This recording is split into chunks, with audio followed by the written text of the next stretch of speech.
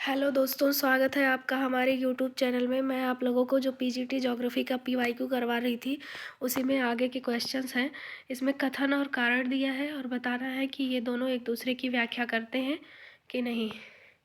इसमें कथन है कि हिमालय के पर्वत समस्थितिक आइसोस्टैटिक संतुलन में हैं और आर दिया है। इसका रीजन है कि हिमालय के पर्वतों में बहती नदियों का अतीत में कायाकल्प हुआ था। तो इसमें जो है ये ए वाला ऑप्शन गलत है, अभिकथन गलत है क्योंकि हिमालय के पर्वत समस्थितिक नहीं है। और बी ये आर सही है कि हिमालय के पर्वतों में बहती नदियों का अतीत में कायाकल्प हुआ था। अब आगे की व्याख्या देखते हैं इसमें क्या दिया है। डी ऑप्शन इसमें दिया है, ए गलत है और आर सत्य है। यही मैंने आपको बताया अभी। आगे देखते हैं, हिमालय के पर्वत समस्थितिक या आइसोस्टैटिक संतुलन में नहीं है क्योंकि भारतीय प्लेट का संतुलन में नहीं है क्योंकि भारतीय प्लेट का अभी भी 5 सेंटीमीटर प्रतिवर्ष की गति से उत्तर की तरफ प्रवाह जारी है एवं हाल में शिवालिक पहाड़ियों के बाह्य उपांत में एक भ्रंश का पता चला है। हिमालय के पर्वतों में बहती नदियों का अतीत में कायाकल्प हुआ था। अगला क्वेश्चन है, पृथ्वी की बाह्य सतह में तत्वों के प्रतिशत के सही अवरोही क्रम की पहचान करें। तो इसमें दिया है एल्यूमिनियम, ए में है aluminium, iron, silicon, oxygen. B में दिया है oxygen, aluminium, iron, copper. C में दिया है आयरन, एल्यूमिनियम, सिलिकॉन, जिंक। और डी में दिया है ऑक्सीजन, सिलिकॉन, एल्यूमिनियम और आयरन। तो इसका अवरोही क्रम में सही ऑप्शन ये डी वाला है। पृथ्वी की बाह्य सतह में तत्वों के प्रतिशत इस प्रकार हैं, जिसमें जो है इसमें ऑक्सीजन सबसे ज़्यादा है 46.8%, फिर सिलिकॉन है 27.7%, फिर एल्यूमिनियम 8.1%, फिर लोहा 5.0%। ऐसे ऐसे हैं। आगे का क्वेश्चन है कि वेगनर के अनुसार महाद्वीपीय बहाव के लिए उत्तरदायी बलों में से एक का नाम क्या है। तो ये जो है टाइडल फोर्स या ज्वारीय बल है। वेगनर के अनुसार महाद्वीपीय बहाव के लिए गुरुत्व बल, प्लवनशीलता बल तथा ज्वारीय बल महत्वपूर्ण है। इन्होंने 3 बलों के बारे में बताया था। मेन गुरुत्व बल, प्लवनशीलता बल तथा ज्वारीय बल महत्वपूर्ण है। अल्फ्रेड वेगनर के अनुसार कार्बोनिफेरस युग में पृथ्वी के सभी स्थल मंडल आपस में जुड़े हुए थे। इस स्थल मंडल में को उन्होंने पैंजिया नाम दिया था और ये पैंजिया जो था वो पैंथालसा नामक एक जो है महासागर था जिसमें ये जो है घिरा हुआ था। कार्बोनिफेरस युग से प्रारंभ होकर ट्रियासिक युग तक के पैंजिया का विभाजन हुआ। इसका एक भाग उत्तर की ओर तथा दूसरा भाग दक्षिण की ओर प्रवाहित हुआ। उत्तरी भाग अंगारा लैंड तथा दक्षिणी भाग को गोंडवाना लैंड कहा जाता है।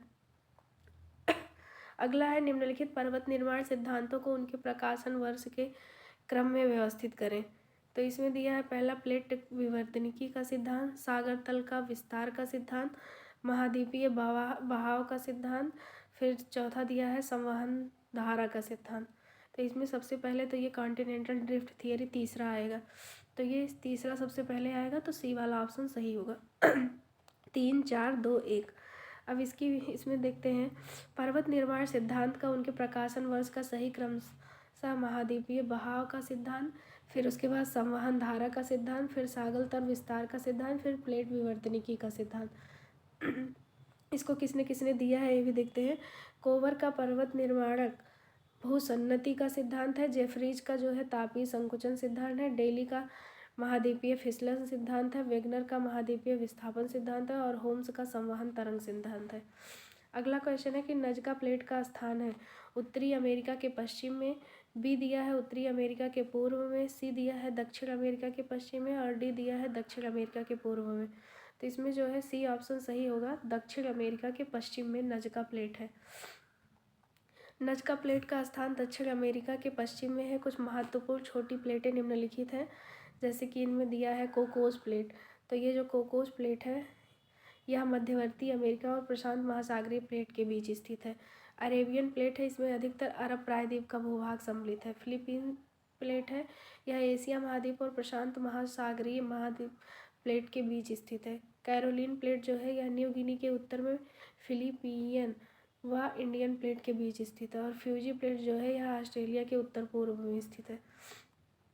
अगला क्वेश्चन है, कर्क रेखा और मकर रेखा के बीच उष्णकटिबंधीय परिसंचरण का सेल मॉडल डैश डैश के रूप में जाना जाता है। तो इसमें जो है एक पहला दिया है फेरल सेल, दूसरा दिया है हेडली सेल, तीसरा वायुमंडलीय सेल और डी है उष्णकटिबंधीय सेल।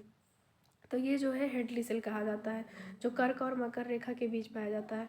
कर्क और मकर रेखा के बीच उष्णकटिबंधीय परिसंचरण का सिल मॉडल हेडली सिल के रूप में जाना जाता है।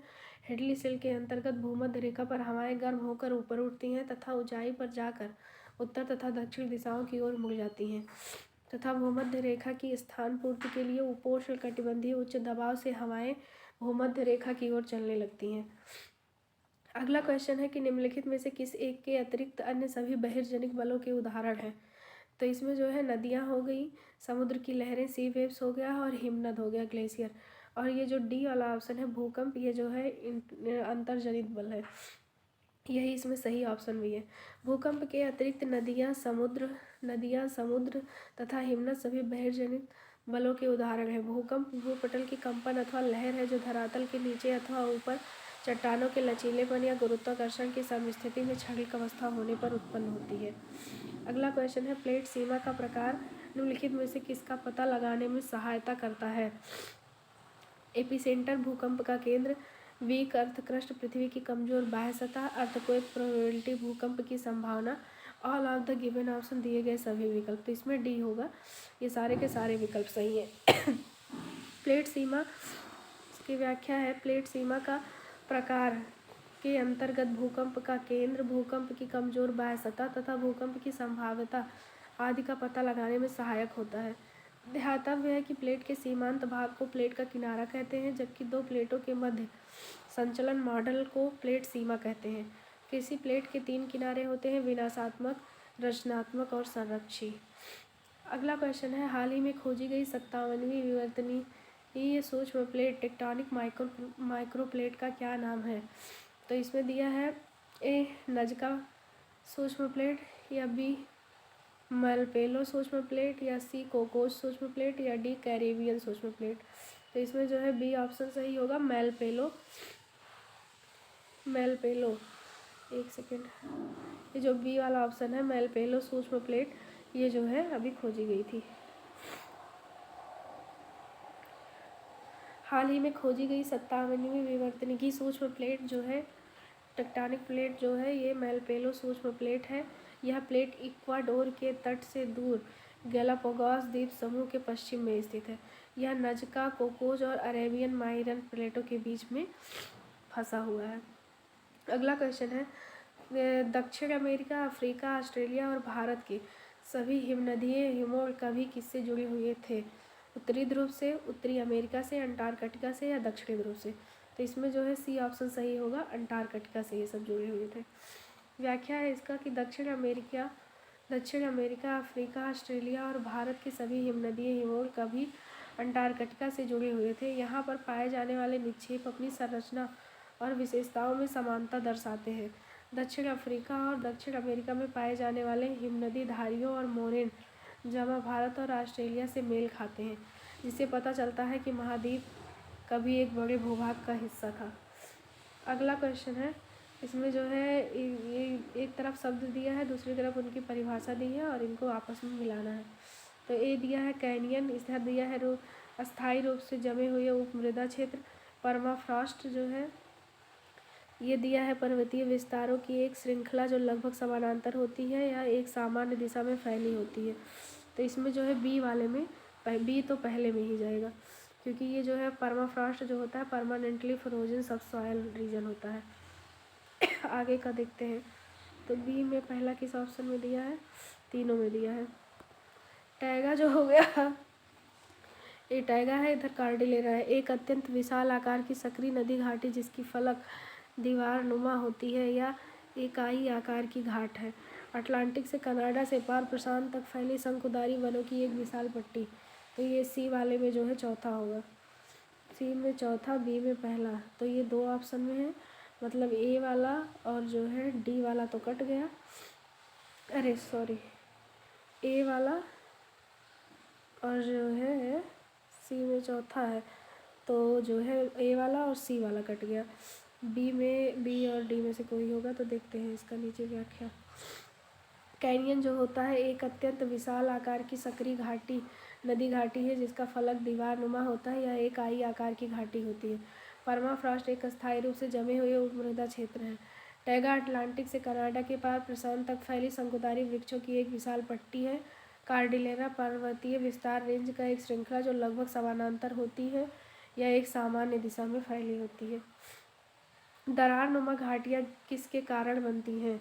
तो इसमें जो है ए ऑप्शन है अंतर्जनित बल, बी भूकंप, सी बाह्यजनित बल और डी वोल्केनो। तो इसमें ए ऑप्शन सही होगा एंडोजेनेटिक फोर्सेस की वजह से। इसकी व्याख्या है कि दरार-नुमा घाटियाँ अंतर्जनित बल के कारण बनती हैं। पृथ्वी के आंतरिक भाग से उत्पन्न बल को अंतर्जात बल कहते हैं। यह बल भूतल पर विषमताओं का सृजन करता है। पृथ्वी की सतह पर उत्पन्न होने वाले बल को बहिर्जात बल कहते हैं। यह बल भूतल पर समतल की स्थापना करता है। बहिर्जात बलों का भूतल पर प्रमुख कार्य अनाच्छादन होता है। अगला क्वेश्चन है कि युग्मित नदी वेदिकाएं रिवर टेरेसेज कहाँ पाई जाती हैं? Flood plains, arid land forms, oceanic land forms या ऑल ऑफ द गिवन। तो इसमें जो है फ्लड प्लेन्स में ही पाई जाएंगी। इनकी व्याख्या है युग्मित नदी वेदिकाएं बाढ़ के मैदानों में पाई जाती हैं। नदी की घाटी के दोनों के प्रारंभिक बाढ़ मैदान के अवशेष चिन्ह होती हैं। नदी वेदिकाएं एक रूप में नदी के नवनिवेश या पुनर्यवन की परिचायिका होती हैं। इसी सोपान को नदी वेदिका कहते हैं। नदी वेदिकाएं मुख्यतः अपर्दित स्थल रूप है क्योंकि ये नदी निक्षेपित बाढ़ मैदानों के लंबवत अपर्दन से निर्मित होते हैं। विभिन्न ऊंचाइयों पर कई वेदिकाएं हो सकती हैं जो आरंभिक नदी जल स्तर को दर्शाती हैं। अगला क्वेश्चन है डेल्टा की प्रकृति और वृद्धि दर निम्नलिखित में से किस घटक पर निर्भर करती है?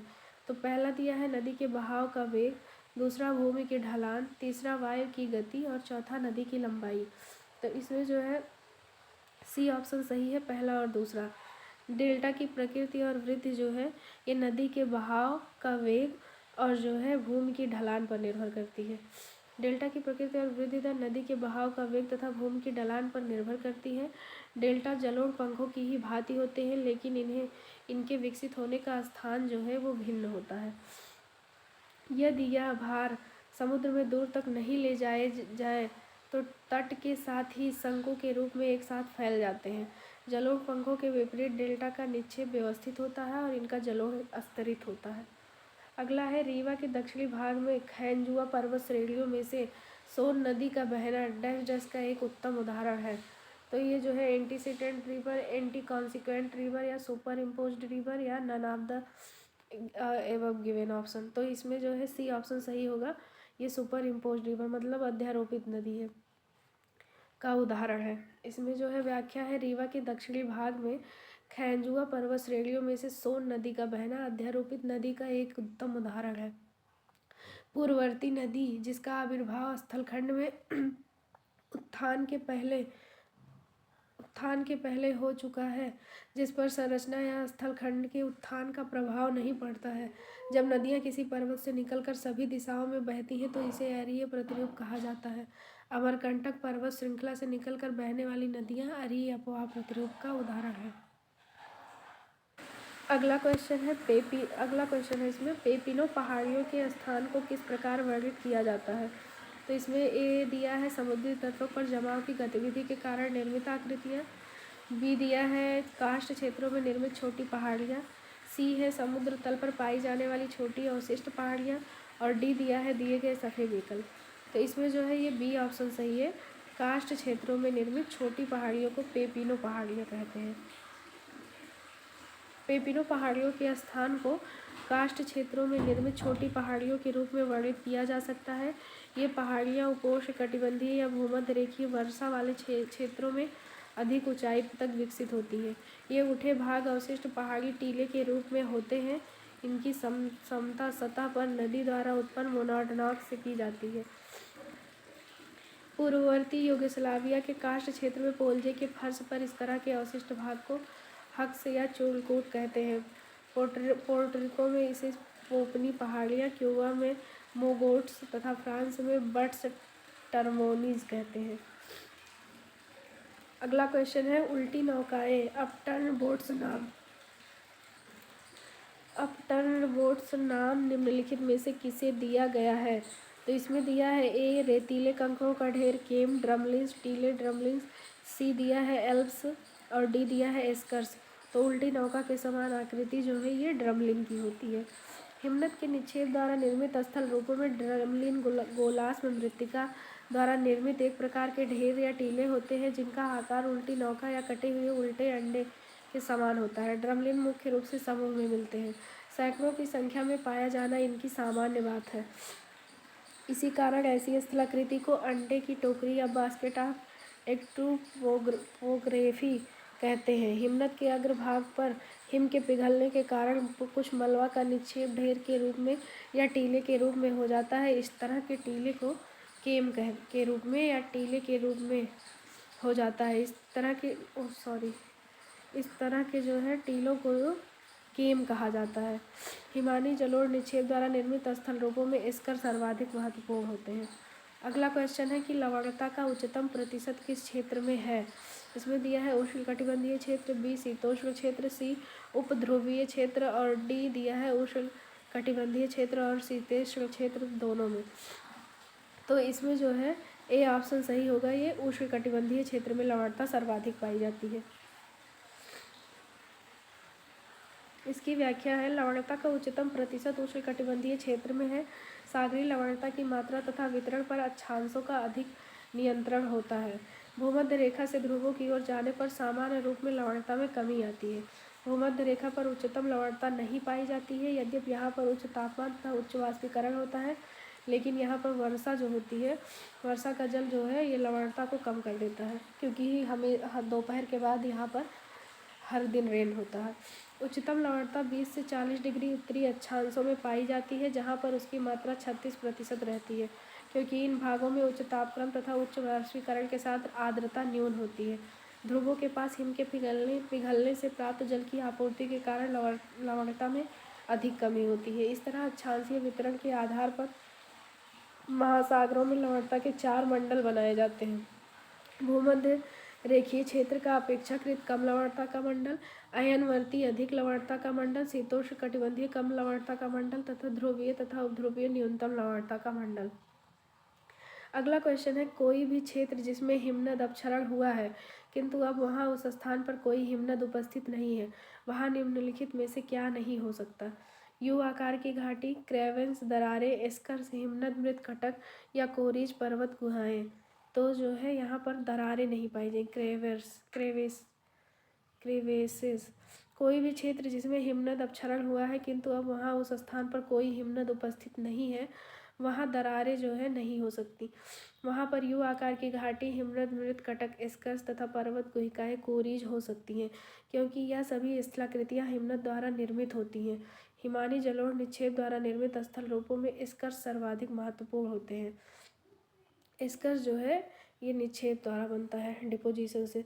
सर्क हिमनद की घाटी के शेष भाग पर एक अर्धवृत्ताकार या कटोरे के आकार का विशाल गहरा गर्त होता है, जिसका पार्श्व या किनारा खड़े ढाल वाला लंबवत होता है। सर्क को विभिन्न स्थानों पर अलग अलग नामों से जाना जाता है, जैसे जो है ये इसे कोरी कहते हैं, कार कहते हैं, जो कार जो है जर्मन में कहते हैं, CWN वेल्स, बोंटेनेड, जेडेल, स्कैंडिनेविया आदि से अभिहित किया जाता है।